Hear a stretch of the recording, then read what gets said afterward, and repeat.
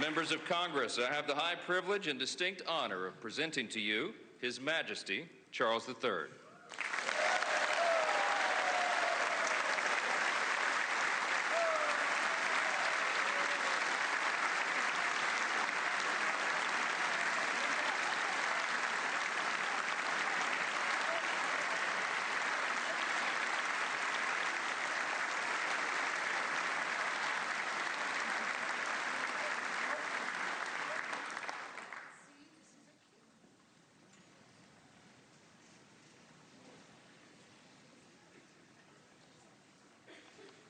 Mr. Vice President, Mr. Speaker, members of Congress, representatives of the American people across all states, territories, cities, and communities. I would like, if I may, to take this opportunity to express my particular gratitude to you all for the great honor of addressing this joint meeting of Congress, and on behalf of the Queen and myself, to thank the American people for welcoming us to the United States to mark this semi-quincentennial year of the Declaration of Independence. And for all of that time,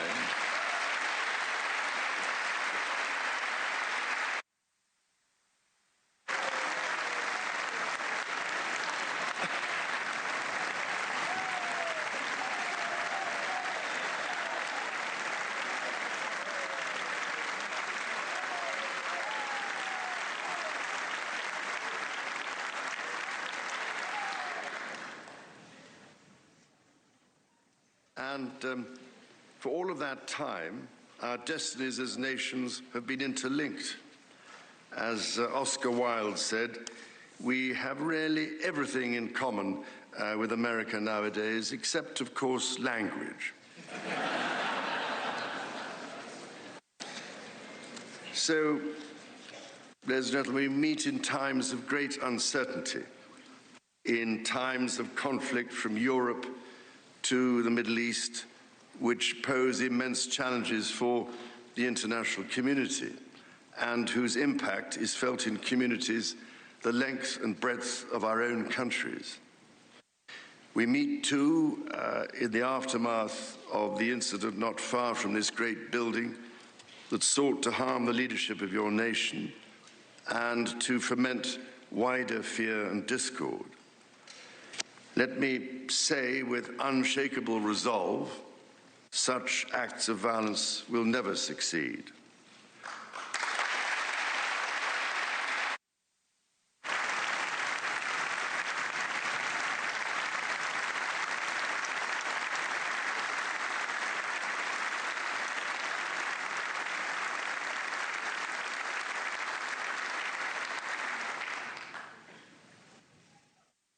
Whatever our differences, whatever disagreements we may have, we stand united in our commitment to uphold democracy, to protect all our people from harm, and to salute the courage of those who daily risk their lives in the service of our countries. Standing here today, it is hard not to feel the weight of history on my shoulder, because the modern relationship between our two nations and our own peoples spans not merely 250 years, but over 4 centuries. It is extraordinary to think that I am the 19th in our line of sovereigns to study with daily attention the affairs of America.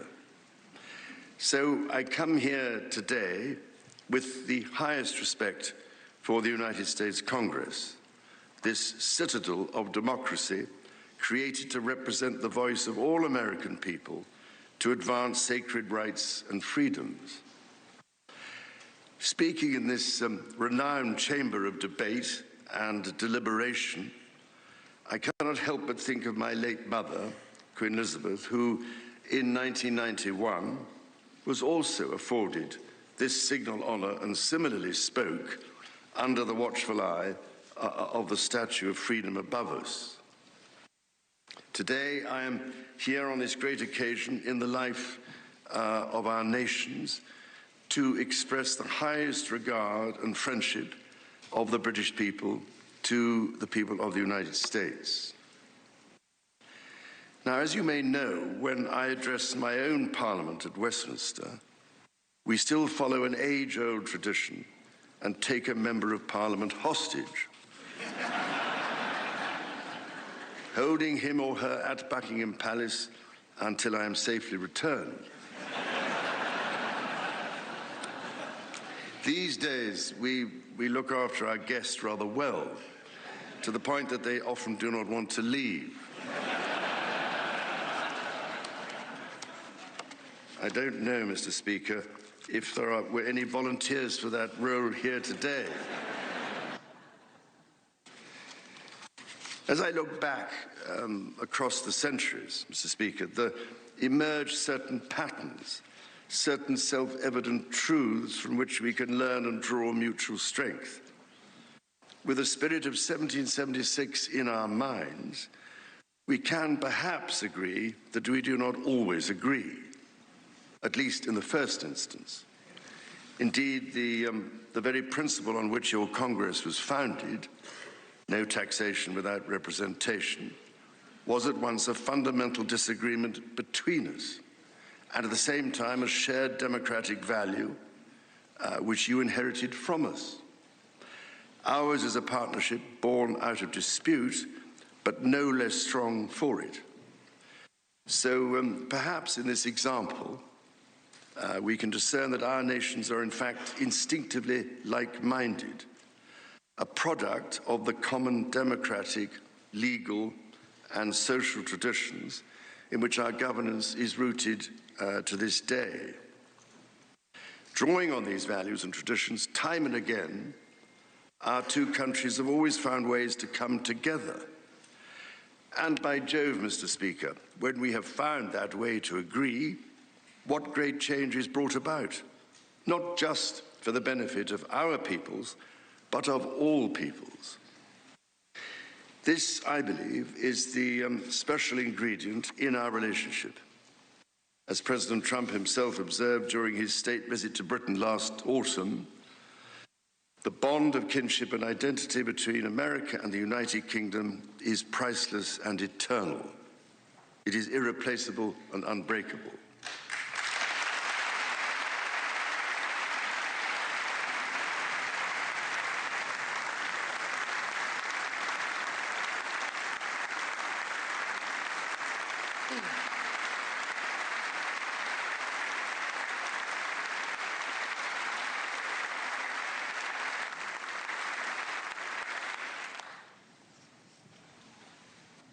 Mr. Speaker, this is by no means my first visit to Washington, D.C., the capital of this great republic.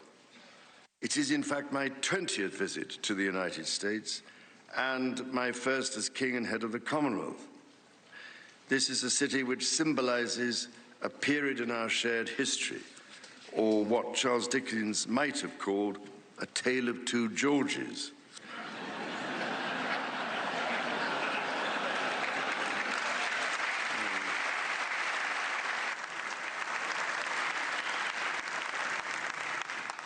First President, George Washington, and my 5 times great-grandfather, King George III. King George, as you know, never set foot in America, and please rest assured, ladies and gentlemen, I am not here as part of some cunning rearguard action.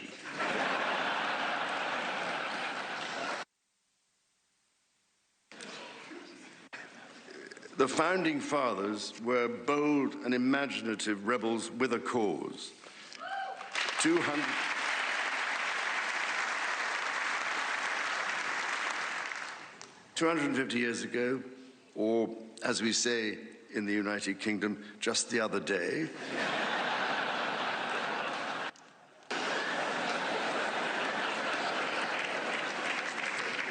they declared independence.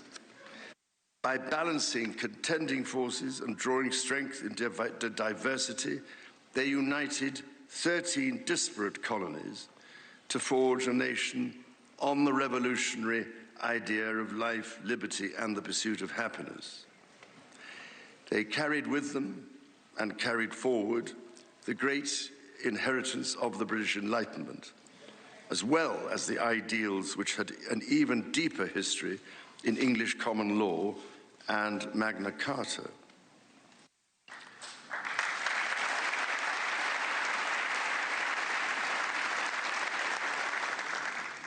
These roots run deep, and they are still vital. Our Declaration of Rights of 1689 was not only the foundation of our constitutional monarchy, but also provided the source of so many of the principles reiterated, often verbatim, in the American Bill of Rights of 1791. And those roots go even further back in history. The US Supreme Court Historical Society has calculated that Magna Carta is cited in at least 160 Supreme Court cases since 1789, not least as the foundation of the principle that executive power is subject to checks and balances.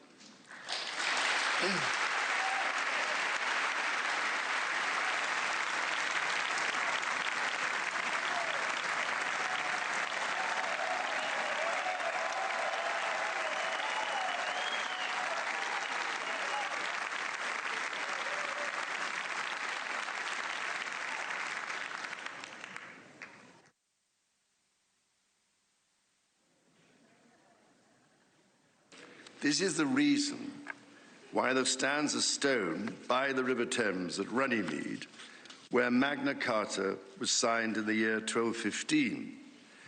This stone records that an acre of that ancient and historic site was given to the United States of America by the people of the United Kingdom to symbolize our shared resolve in support of liberty and in memory of President John F. Kennedy. Distinguished members of the 119th Congress, it is here in these very halls that this spirit of liberty and the promise of America's founders is present in every session and every vote cast, not by the will of one, but by the deliberation of many, representing the living mosaic of the United States. In both of our countries, it is the very fact of our vibrant, diverse, and free societies that gives us our collective strength, including to support victims of some of the ills that so tragically exist in both our societies today. And, Mr. Speaker, for many here, and for myself, the Christian faith is a firm anchor and daily inspiration that guides us, not only personally,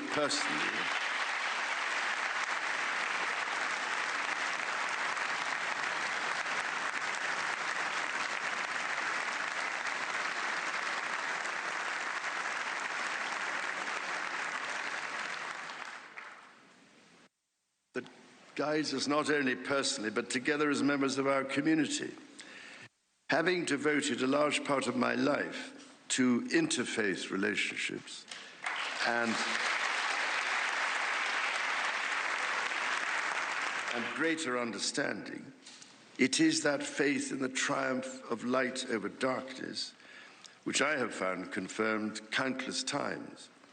Through it, I am inspired by the profound respect that develops as people of different faiths grow in their understanding of each other.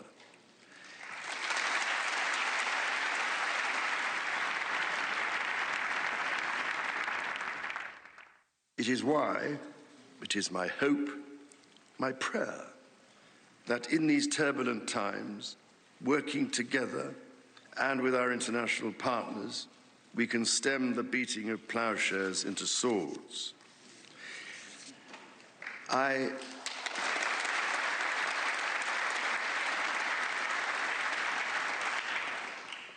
am mindful that we are still in the season of Easter, the season that most strengthens my hope. It is why I believe with all my heart that the essence of our two nations is a generosity of spirit and a duty to foster compassion, to promote peace, to deepen mutual understanding, and to value all people of all faiths and of none.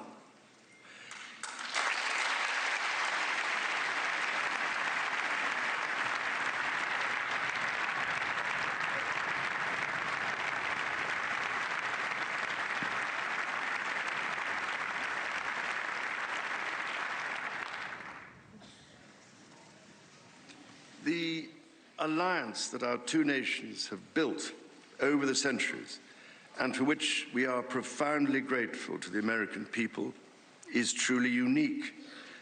And that alliance is part of what Henry Kissinger described as Kennedy's soaring vision of an Atlantic partnership based on twin pillars, Europe and America. That partnership, I believe, Mr. Speaker, is more important today than it has ever been.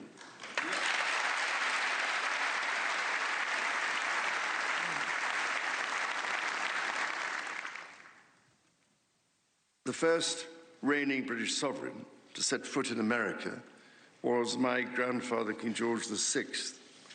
He visited in 1939 with my beloved grandmother, Queen Elizabeth, the Queen Mother. The forces of fascism in Europe were on the march, and sometime before the United States had joined us in the defense of freedom, our shared values prevailed. Today, we find ourselves in a new era, but those values remain. It is an era that is in many ways more volatile and more dangerous than the world to which my late mother spoke in this chamber in 1991. The challenges we face are too great for any one nation to bear alone. But in this unpredictable environment, our alliance cannot rest on past achievements or assume that foundational principles simply endure. As my Prime Minister said last month, ours is an indispensable partnership. We must not disregard everything that has sustained us for the last 80 years. Instead, we must build on it.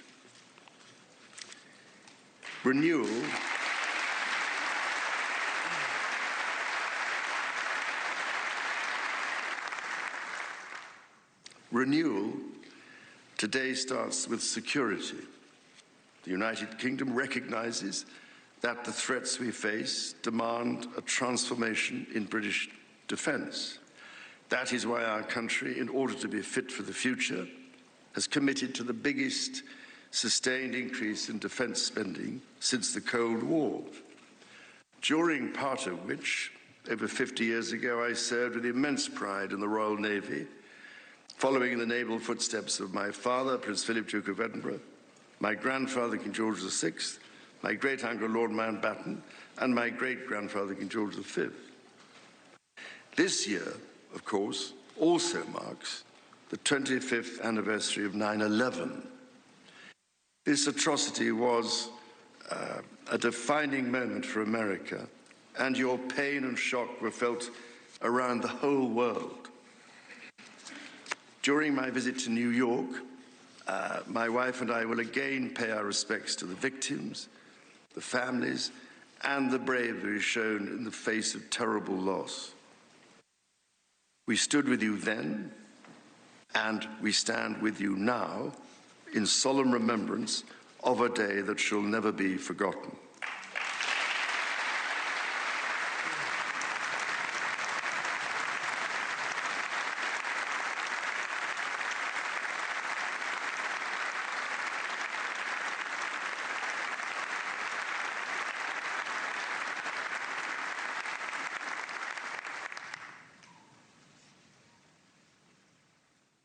In the immediate aftermath of 9/11, when NATO invoked Article 5 for the first time, and the United Nations Security Council was united in the face of terror, we answered the call together, as our people have done so for more than a century, shoulder to shoulder through 2 world wars, the Cold War, Afghanistan, and moments that have defined our shared security. Today, Mr. Speaker, that same unyielding resolve is needed for the defense of Ukraine and her most courageous people.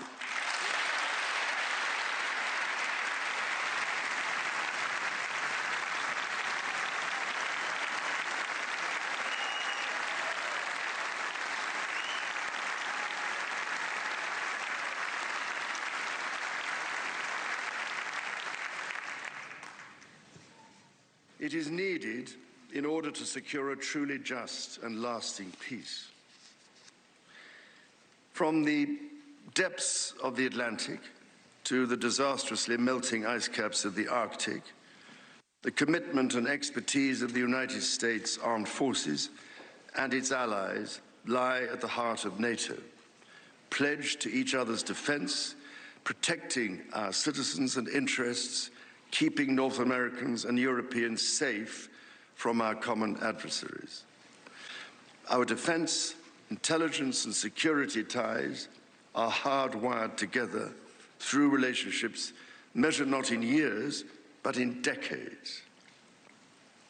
Today, thousands of US service personnel, defense officials, and their families are stationed in the United Kingdom, as British personnel serve with equal pride across 30 American states. We are building F-35s together, and we have agreed the most ambitious submarine program in history, AUKUS.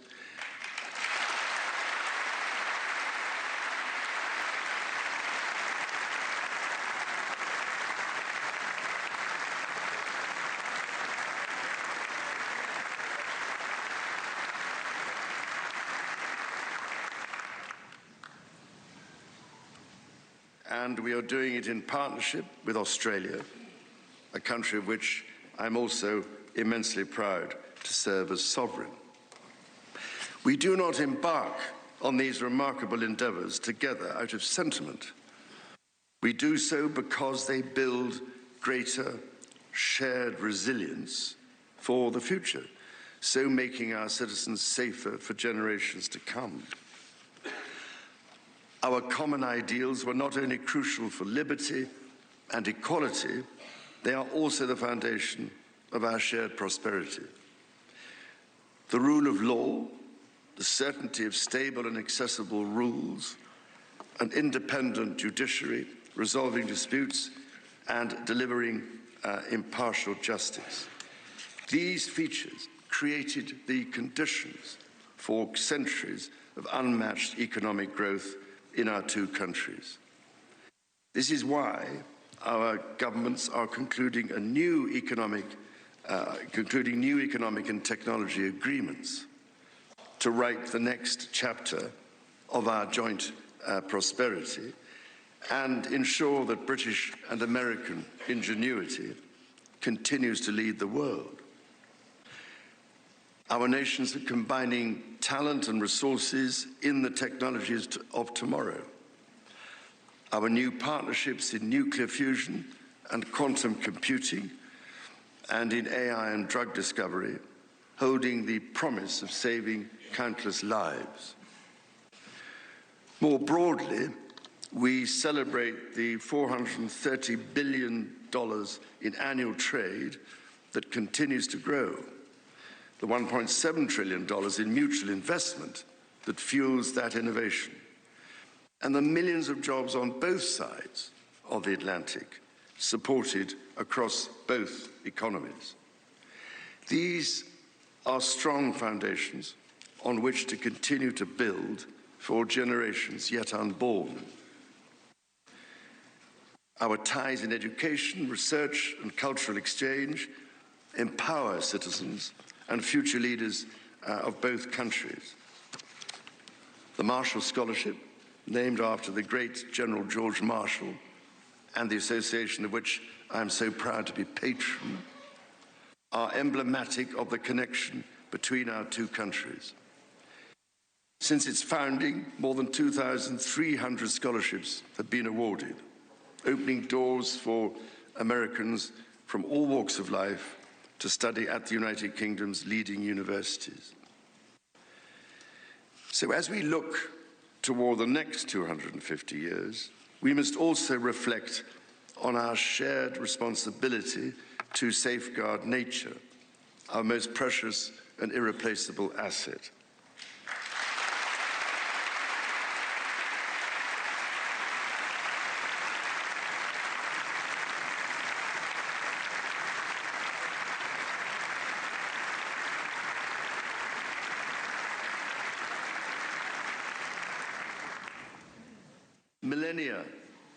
Millennia before our nations existed, before any border drawn, the mountains of Scotland and Appalachia were one, a single continuous range forged in the ancient collision of continents.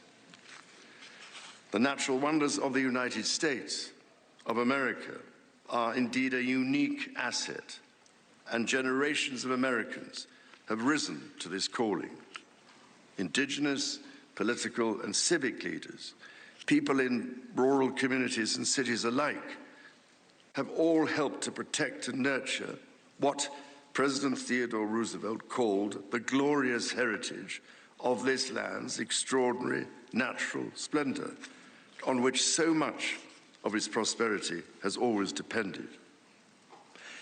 Yet, even as we celebrate the beauty that surrounds us, our generation must decide how to address the collapse of critical natural systems, which threatens far more than the harmony and essential diversity of nature.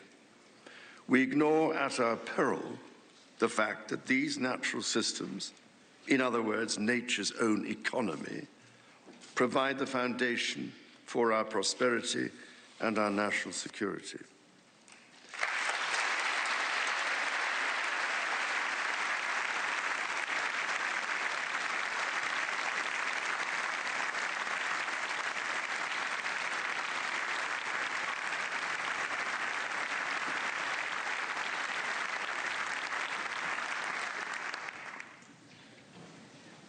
The story of the United Kingdom and the United States is at its heart a story of reconciliation, renewal, and remarkable partnership.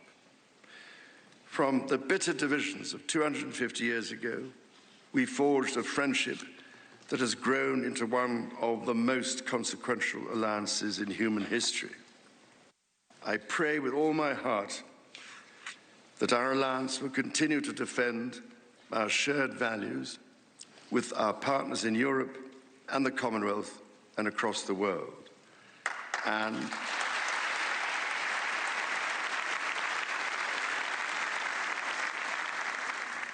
that we ignore the clarion calls to become ever more inward-looking. Mr. Speaker, Mr. Vice President, distinguished ladies and gentlemen, America's words carry weight and meaning, as they have since independence. The actions of this great nation matter even more. President Lincoln understood this so well with his reflection in the magisterial Gettysburg Address, that the world may little note what we say, but will never forget what we do. And so to the United States of America, on your 250th birthday, let our two countries rededicate ourselves to each other in the selfless service of our peoples and of all the peoples of the world. God bless the United States, and God bless the United Kingdom.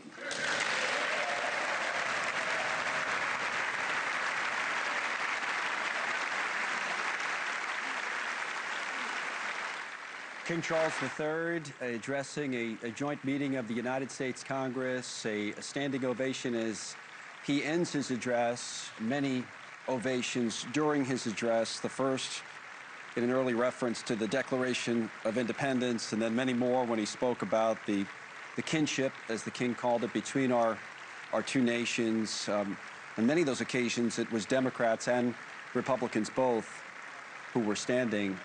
Queen Camilla accompanying King Charles as he leaves the podium, Speaker Mike Johnson, Vice President J.D. Vance, and so many others in attendance. Thank you for watching. Subscribe below and download our NewsNation app right now on your phone, and you will get fact-based, unbiased news for all Americans.